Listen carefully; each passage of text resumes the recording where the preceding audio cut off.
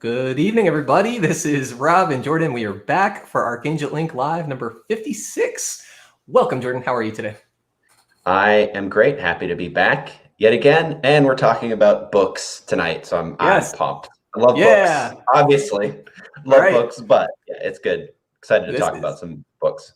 Absolutely. This is the thing. This is our business. This is what we love to do. So tonight we're going to be talking about the best books for writers. And it's funny, Jordan, we were talking a little bit on the lead up to strategizing this. And the other direction that I wanted to go was, how to decide what the best book for you is as a writer. And I think we'll talk about that on a future video. But this is about books in general for writers, about the craft of writing, about the business of writing, about mindset, about entrepreneurship in general. And we're going to hopefully offer some ideas and some starting places for books that have helped us, that have motivated and inspired us, and maybe can offer the same for folks out there.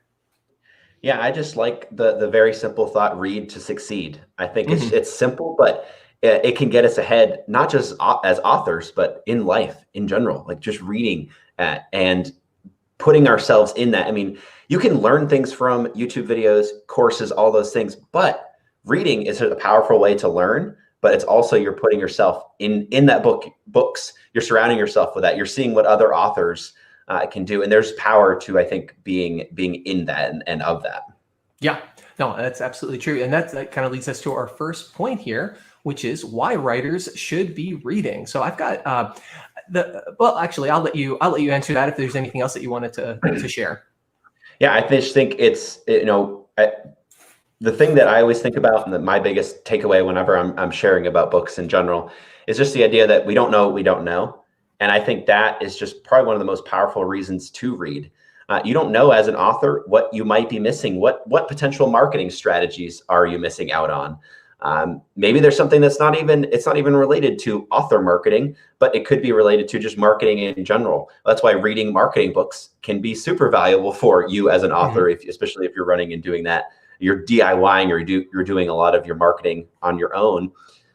Reading books that are marketing related can help you excel in that. It can show you what you don't already know. You can apply that in the same way to writing tactics, how you're going to plan your writing. Are you going to be someone that writes every day, or are you going to plan it out differently? Just asking those questions, but I don't think you know necessarily to ask those questions if you aren't reading regularly. So those are just my initial thoughts. I'm all about it.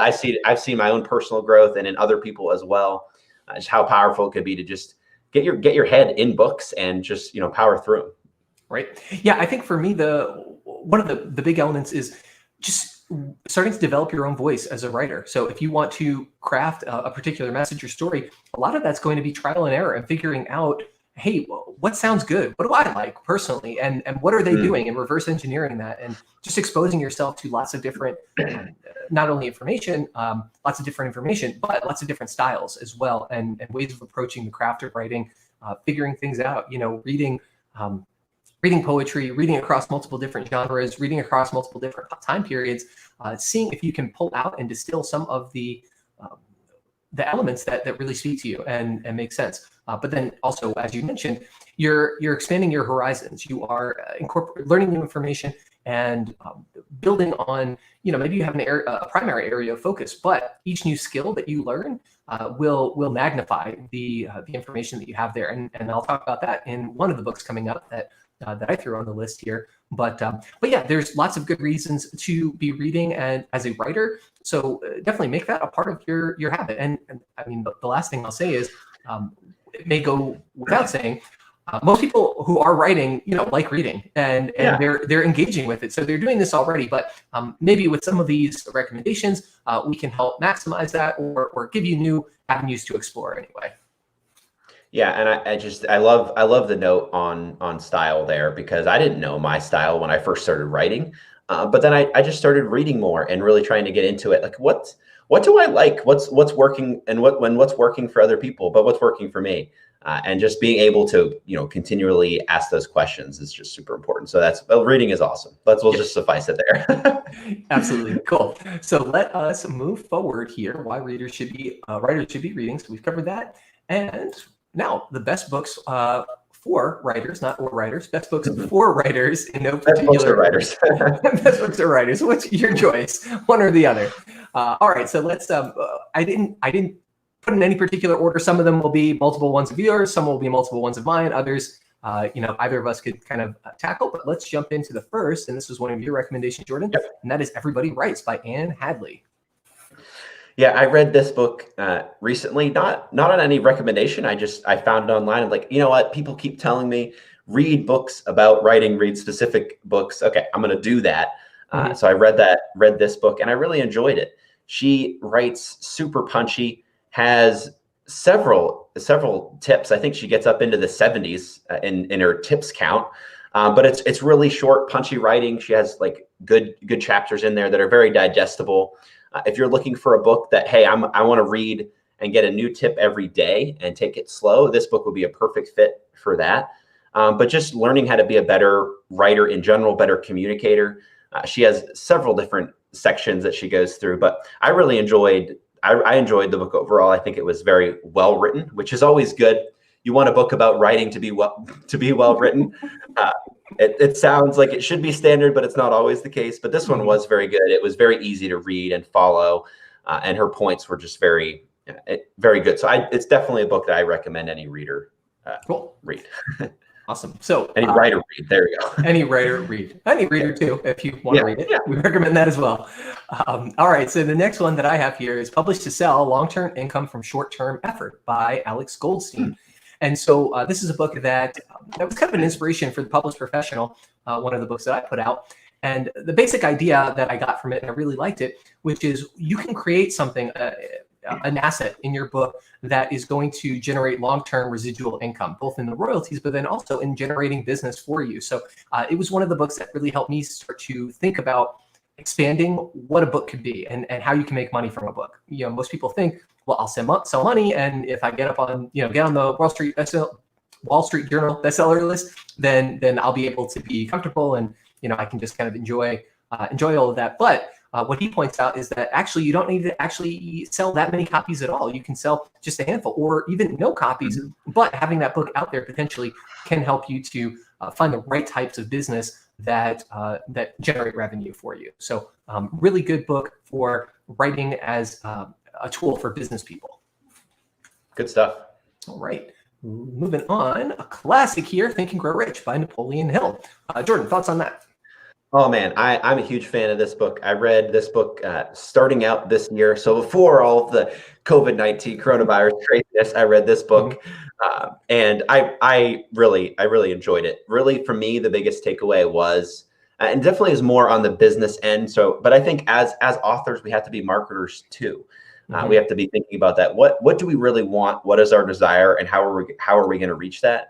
And for this one, it's really all about that thought process, getting it in your head, waking up every day thinking, what's my number one goal? What am I going to work on today?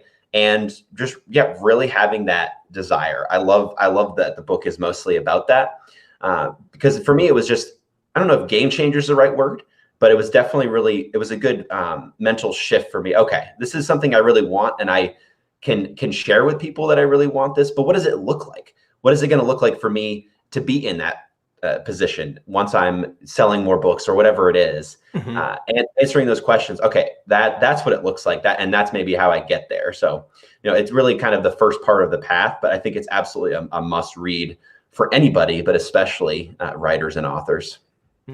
Yeah, great. I love it. Let's keep it moving here. And just in the interest of time, let's try and do a minute and a half for no more than a minute and a half for each of these here, so we can keep everything tight. What do you say, Jordan? Got it, Captain. I will hurry up. Okay, no problem. Okay, so this is another one, How to Fail at Almost Everything and Still Win Big, Kind of the Story of My Life by Scott Adams. Most people know Scott Adams as the author and the illustrator behind Dilbert, but he has a lot of information, I would say, about mindset, about kind of how to think about things. And I mentioned earlier this idea that when you learn new skills, you don't just have an additive effect on your potential to make money or to live a more satisfying life, but a multiplicative effect. So, if you're good at public speaking, and then also good at video recording, and also good at writing, and also good at all these other things. It's more than just the sum of its parts. You can create something that is going to really have this powerful effect on your life and what you're capable of accomplishing. So in many cases, it makes sense to learn those skills to kind of go through the learning curve. And even if you're not perfect at it, just getting a little bit better at some of this can really add up to changing your life. Yeah, because it's really all most of the stuff is an iterative process, right? We have to just learn from things and continue to move forward. Yeah, no, absolutely. Cool. So next one here, this is actually two of them by the same author, and that is Superfans and Will It Fly by Pat Flynn. So if you need to take more than a minute and a half to cover two, please do. You took my joke there. I was going to say definitely less than 3 minutes here. Yeah. I think these books are super cool. Superfans is a great book for trying to engage your people, learning who your people even are, but then learning ways to just serve them and make your just grow your relationship. So one of my favorite books of all time, Superfans. Will It Fly is a great thought experiment book. It's by the same author, Pat Flynn. They're both by Pat Flynn. He has just great exercises in there for you to do if you have a business idea.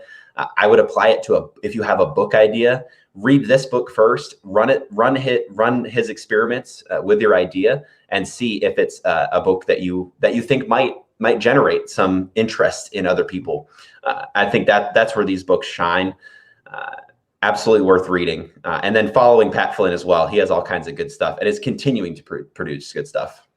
Yeah, you've mentioned him on other podcasts, or rather other live streams before. So really great resource out there for folks who are looking for somebody to follow who's active and walking the walk.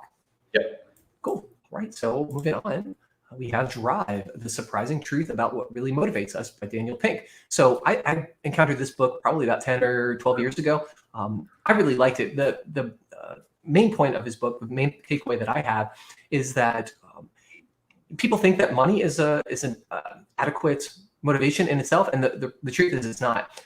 There are other things that we like when we are kind of in a satisfying work situation, and those things are elements.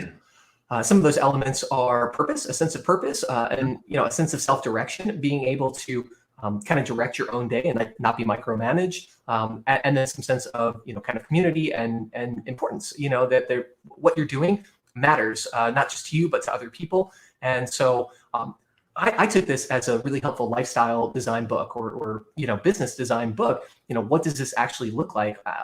Not just how much money do I want to make, but kind of what you were describing a moment ago with Napoleon Hill.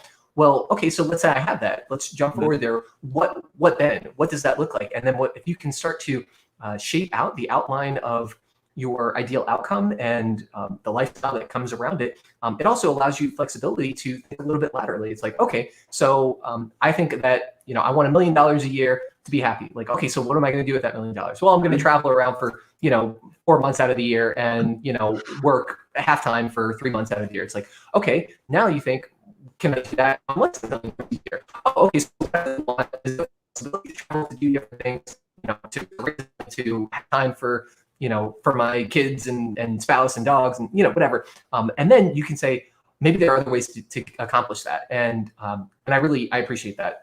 And this book was influential. Cool. Yeah. Moving on here. We've got Writer on the Side by Hassan Osman. Hassan Osman, friend of the show. We've mentioned him a couple of times, and I'll summarize. The big takeaway that I had for that is, a lot of people aren't going to be full-time authors, or maybe not full-time authors yet, but they do want to write. And one of his big takeaways is you want to make a really, really useful book. So what that looks like in practice is you want to have a clear sense of what the takeaway is for your reader, your target reader. You want to know who that target reader is, and you want it to be concise and punchy. You want to do all of the work in distilling that information down, getting to the essence of it, getting the core message out, so that the other that your ideal reader, who oftentimes is very busy and has other obligations, they're not having to sift through a bunch of not pertinent information. It just shows a lot of respect and consideration for your reader, and it is going to help guide you. It'll provide that North Star for you as you are crafting your book. Again, even if you're not a full-time writer and doing this as your sole income generator, then it's going to help you craft a really, really good book, even putting it on the side. Good deal. All right. moving on here, we've got Deep Work by Cal Newport. Tell me about that one, Jordan.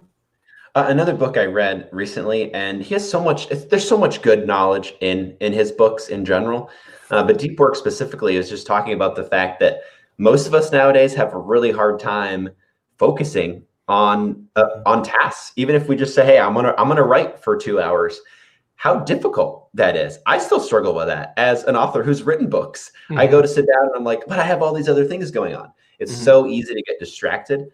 And that's where he really talks so much about that in his book, about a lot of ways the dangers of social media and what that's doing to us. And he has some really salient points in there that are just, it's worth reading whether or not you agree. I think there's some practices that you can try, and if it doesn't work for you, that's okay. But there's some stuff that I took away from that book, especially the social media, just having that thought process of maybe we don't need this as much as we think we did. And he has some questions in that book as well. So good, very much a good read. Cool, love it. All right, next one we have here is The Grateful Entrepreneur by Scott Colby. Scott Colby was an author that we were able to work with. And Jordan, thoughts on this project? Yeah, I think, honestly, this is one of, maybe it's less known by people out there, but I think it's one of the best ones on this list, because I think some of the values that he instills through the book, again, it's about, I mean, he talks a lot about, he doesn't use the word superfans, but he's generating superfans by being grateful to his people. I mean, he talks about sending letters out to people, sending thank you notes, and like how simple that is, but how few like businesses and authors are actually doing that. You can set yourself apart with something as simple as that. So he goes through a lot about that, how to look at it and how to do it practically. Maybe you can't sit down and write a thank you note to every single person that comes across your business. But then maybe you can, really asking yourself, what are my capabilities? Am I just thinking I can't because I'm already ahead of myself? Or maybe that's something I could do, and having the value there. So definitely, yeah, a good book. Yeah, I love it. That idea of writing thank you notes. I mean, he definitely lives by it. And when we started off on the project, I got a letter in the mail from Scott, just saying, hey, I'm really excited and grateful that we have a chance to collaborate together.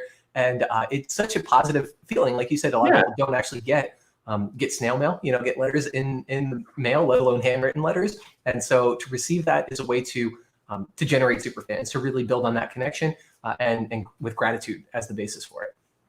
Yeah.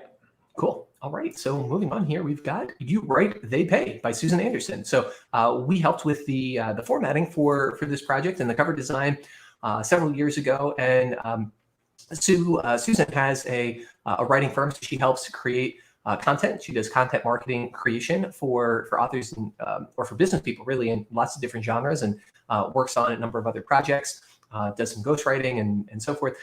And this book is really about, okay, let's say you've got the writing side of it down, but you're not really sure how to build clients or, how to approach things, how to take on new challenges. Maybe you have a particular area of focus, but somebody comes to you and says, hey, Jordan, I really want you to write about, raising chickens, and homesteading. And you're like, oh gosh, okay. And so how do you go about figuring that out? How do you start to learn those things and do it in a convincing way? And so she has some real practical guides for becoming a better business person as a writer. She said the focus isn't so much on the craft of writing. She's assuming that you love writing and you're pretty good at it, good enough that you want to do it as a career. But what next? Like, how do you actually organize everything and create a business out of that writing craft? Good deal. I love the title on that one too. That's good stuff. Yeah, that was a fun one. Simple, memorable, to the point. Good. Yeah. Absolutely. Okay, another classic here. We've got How to Win Friends and Influence People by Dale Carnegie. So thoughts on this one, Jordan? I think, again, if you're thinking as authors, we do our own marketing. Well, this is huge because we have to deal with people, even if it's not as much in person as it used to be. It's still online. Smiling when you're on a Zoom call, when you're talking to a prospective client or someone that might be interested in helping you sell your books. I mean, that's super important. So it's very simple things that he shares in the book, but I don't remember what the date of the book is, but it's a while ago, and it's definitely dated as you can tell when you read it, but the principles still apply. Right. And I reread it again this year, and it's a book I'm definitely gonna keep rereading and keep trying to instill those principles. I think probably you're already you're already doing a lot of stuff in there. That's just most likely you're already doing a lot of the things. But if there's even one thing you can take away, okay, I need to do that. Right. For me, honestly, it's standing up with my shoulders straight and, not hunching over. But I will say that's hard when, I'm in a country where it's just not built for a 6'4" guy. And I think most things aren't built for like 6'4" guy. I hit my head on this stuff here all the time. Right. So I'm naturally hunched over, but I do remember that breeds confidence by doing that. But I might smack my head every once in a while. Right. Trade-offs, Yeah, trade-offs. Yeah, I love it. The thing that I appreciate about kind of annotating all of these different tactics and things, like you said, that you may be doing already, is it's going to bring awareness and kind of systematize it. So, not just, oh yeah, I get a good response when I smile at people. It's like, well, why? And how can I do that and use it to build connection and to create additional value and meaning and so forth. So it's useful for me. I always really enjoy the why behind different practices and strategies and tactics and why they work. Yep. Cool. All right. So moving on, this is another one that we've talked about before, but really a good option here. Newsletter Ninja by Tammi L. Labrecque. So Jordan, I know you really like this book. Yeah. If Tammi knew how often I was sharing this book with people, I feel like she would send me a thank you letter, even international to Portugal. Thank you, Jordan, for constantly sharing this book. Right. I think especially, if you're an author, we're talking specific author marketing, this book is huge. She talks about how to set up a newsletter and the reasonings behind communicating with your readers, with your people. I mean, it's a very targeted, very niche book, but absolutely have to read it if you're an author. Yep. No excuses on this one. All right. And so the next one here this was a recommendation from our coordinator, Christy, and it's The Thank You Economy by Gary Vaynerchuk. So I haven't read this. I don't think I've actually read any of Gary's books. I've seen obviously a lot of his content online. Are you familiar with this one? I'm not. The only book I've read by Gary Vaynerchuk is Crush It. And I almost put that book on this list because that's a really good one as well. Mm-hmm. So I'm sure this one is good, but I have not read this specific book, so I have nothing else to say about it. Okay, cool. Well, this comes highly recommended from Christy, our coordinator, and definitely check it out. If you've read it, let us know. Let us know your thoughts. If you like it, if this is your favorite Gary V book, if you've read more than one of his, or maybe there's one that's even better. Maybe it's Crush It or something else. So definitely happy to hear any thoughts, but worth looking into. Absolutely. And we've got bonuses here. The Entrepreneur Starter Pack, including the Published Professional and Book Launch Gladiator. So Jordan, tell us about the Entrepreneur Starter Pack. I think we'll put the link in the description to go and get this. You can get this for free. It's on our website, and it gets you the Book Launch Gladiator book and Published Professional digital PDF versions of those books for free.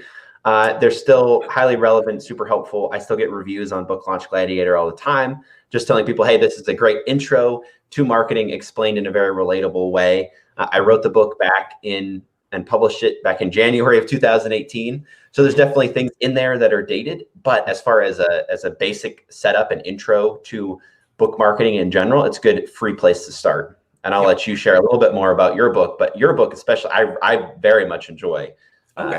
Enjoy your book. Well, awesome. I appreciate that. The Published Professional is a book that I put together actually for a speaking engagement. It ended up not panning out, but it was for professionals, business professionals who are looking for other creative ways to find their tribe, to build their audience, to increase their sales, to grow their business. And the main argument or the main idea there is self-publishing, because it's so accessible today, is a really unique and helpful way to kind of get ahead of the curve. And you can use it to market yourself, to be the person who literally both wrote the book on the subject, and to find those super fans, to enhance the communication that you have when you're doing client work. For example, I think I talked about a financial planner who uses that book as sort of a part of their onboarding process. Like, hey, read chapter 3 before we meet next, and come back with a couple of questions. So let's really maximize the amount of face-to-face time that we have. All the while, when you have this book, you are establishing yourself your bona fides, your authority, your credibility within your arena.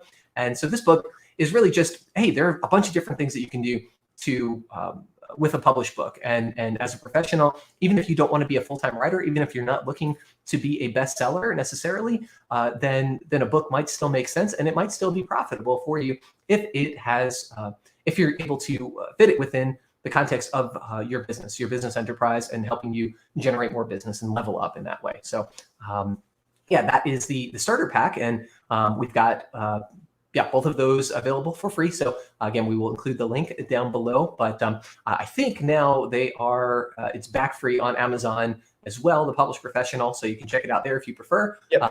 Or I think Book Clutch Gladiator is also free on Amazon. Yep. Is that right? It is, yep. Cool. Yeah, but you can get it without having to download it at all.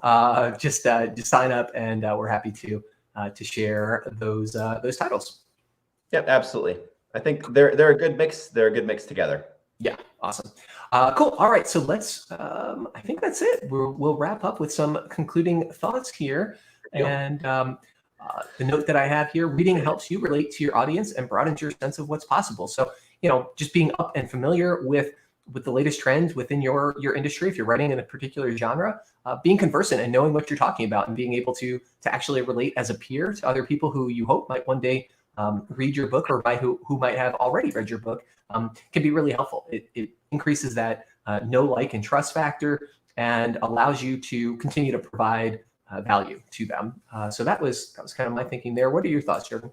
Well, I'll share one last note. I kind of remembered I was going to share this earlier. Yeah. It's something that I'm doing with the book I'm writing right now that I didn't do as much. I kind of did more helter-skelter, more like mixed with my other books. Mm-hmm. But as I was writing this book, I found specific books in the genre of the book that I'm writing that I just wanted to read. I wanted my book to be infused with learning mm-hmm. from other authors and other people. And honestly, I feel so much more confident in this book and the material. Yeah, because I'm pulling it from other books and other people and kind of sharing that. But also what you were just saying, I feel more confident in my own understanding and my own mind about how all this stuff works together. And it's exciting, and it's like, I think it's very, and I don't know if comforting is the right word, but I feel better about the book having done that. So I think that's a key piece. If you're writing a new book, I definitely would recommend that, and I'm going to do it moving forward. That's something I would recommend. Hey, if you're going to write a book, yeah, be a reader in that genre. You don't have to read 20, 25 books. I think I've read probably more than I need to. I think I'm on like 15, maybe closing on 20. You don't need to read that many. I just really enjoy reading, and especially in this genre. But I think pick 5 or 10 books that are related to your book, and they're just going to make your end content and material that much better.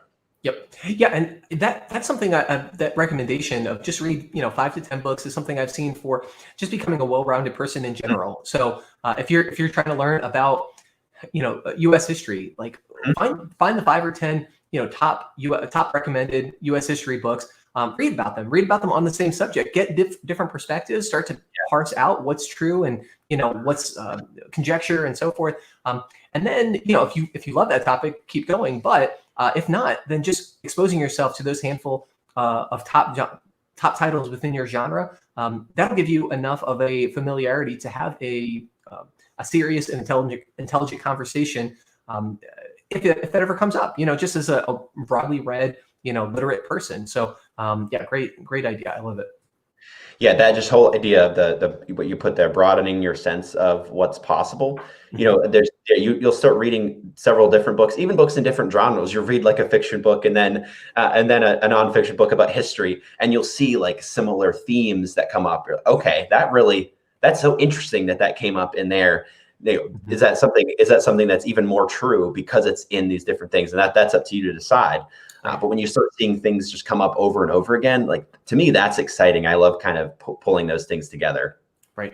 Yeah, no, I agree. I mean, even when the first time I was exposed to E.E. Cummings, the poet, and seeing writing that wasn't all capitalized in a familiar way and had weird spacing and on lines that were not contiguous and all of that, I thought, what the heck is going on here?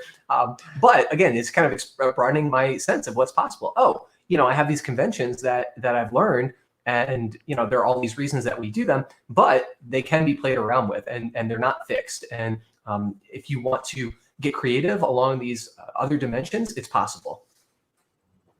Cool deal.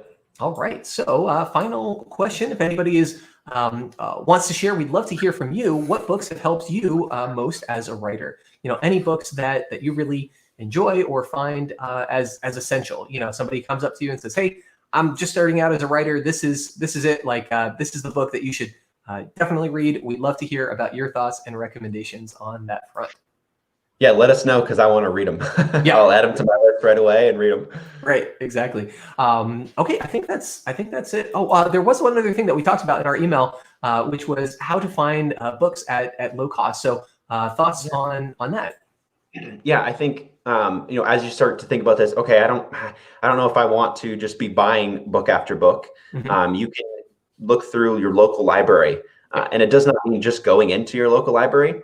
I have my local library, back home, has an app called Libby, and there's also apps like Hoopla that allow you. Hoopla is, I think, primarily or mostly audiobooks, but Libby is where you can download books, and actually I can get the books for free and put them on my Kindle. So it's no different than reading a Kindle, but it only lasts for 2 weeks and then it gets kicked off the Kindle. But there are definitely free ways to read books if that's a question. If you're like, I don't know if I want to buy all the books you just mentioned, well, that's fine. But you can go ahead and see if they're for free anywhere.